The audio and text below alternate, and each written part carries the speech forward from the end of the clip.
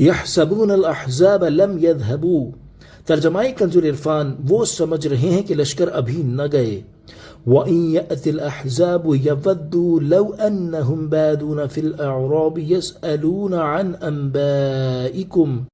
اور اگر وہ لشکر دوبارہ آئیں تو ان کی خواہش ہوگی کہ کاش وہ کسی گاؤں میں ہوتے اور وہیں سے تمہاری خبروں کے بارے میں پوچھ لیتے۔ وَلَوْ كَانُوا فِيكُمْ مَا قَاتَلُوا إِلَّا قَلِيلًا،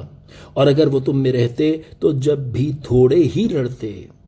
تفسیر صراط الجنان، یعنی منافق لوگ اپنی بزدلی اور نامردی کی وجہ سے ابھی تک یہ سمجھ رہے ہیں کہ کفار قریش اور یہودی وغیرہ ابھی تک میدان چھوڑ کر بھاگے نہیں ہیں، اگرچہ حقیقت حال یہ ہے کہ وہ بھاگ چکے ہیں۔ ان کی بے ہمتی کا عالم یہ ہے کہ اگر بالفرض کفار کے لشکر دوبارہ مدینہ منورہ پر چڑھائی کر دیں تو اب کی بار ان کی آرزو یہ ہوگی کہ یہ لوگ مدینہ پاک کو ہی چھوڑ کر دیہات میں بھاگ جائیں اور مدینہ منورہ آنے جانے والے لوگوں سے تمہاری ہار جیت کی خبر پوچھ لیا کریں اور خود مدینہ منورہ آنے کی ہمت کبھی نہ کریں، اور اگر انہیں تمہارے درمیان ہی موجود رہنا پڑتا تب بھی ان میں سے تھوڑے لوگ ہی لڑائی کرتے، اور وہ بھی صرف ریاکاری یا ذلت کے ڈر سے یا عذر پیش کرنے کے لیے تاکہ انہیں یہ کہنے کا موقع مل جائے کہ ہم بھی تو تمہارے ساتھ جنگ میں شریک تھے۔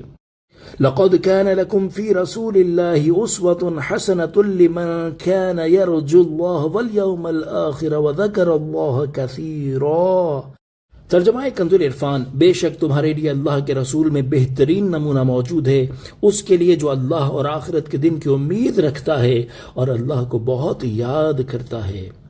تفسیر صراط الجنان، اس آیت کا خلاصہ یہ ہے کہ پیارے آقا صلی اللہ تعالی علیہ وسلم کی سیرت میں پیروی کرنے کے لیے بہترین طریقہ موجود ہے جس کا حق یہ ہے کہ اس کی اقتداء اور پیروی کی جائے، جیسے غزوہ خندق کے موقع پر جن سنگین حالات کا سامنا تھا کہ کفار عرب اپنی بھرپور افرادی اور حربی قوت کے ساتھ مدینہ منورہ پر حملہ کرنے کے لیے اچانک نکل پڑے تھے، اور ان کے حملے کو پسپا کرنے کے لیے جس تیاری کی ضرورت تھی اس کے لیے مسلمانوں کے پاس وقت بہت کم اور افرادی قوت بھی اس کے مطابق نہ تھی۔ خوراک کی اتنی قلت ہو گئی کہ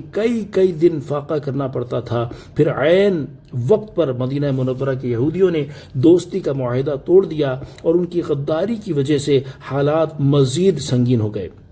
ایسے ہوشربا حالات میں تاجدار رسالت صلی اللہ علیہ وسلم نے اپنی کیسی شاندار سیرت پیش فرمائی کہ قدم قدم پر اپنے جان نثار صحابہ کرام علیہم رضوان کے ساتھ موجود ہیں۔ جب خندق کھودنے کا موقع آیا تو اس کی کھدائی میں خود بھی شرکت فرمائی، چٹانوں کو توڑا اور مٹی کو اٹھا کر باہر پھینکا۔ جب خوراک کی قلت ہوئی تو دوسرے مجاہدین کی طرح خود بھی فاقہ کشی برداشت فرمائی، اور اس دوران اگر صحابہ کرام علیہم رضوان نے فاقے کی تکلیف سے پیٹ پر ایک پتھر باندھا تو میرے آقا صلی اللہ علیہ وسلم کے مبارک شکم پر 2 پتھر بندھے ہوئے نظر آئے۔ شدید سردی کے باوجود ہفتوں صحابہ کرام علیہم رضوان کے ساتھ میدان جنگ میں قیام فرمایا،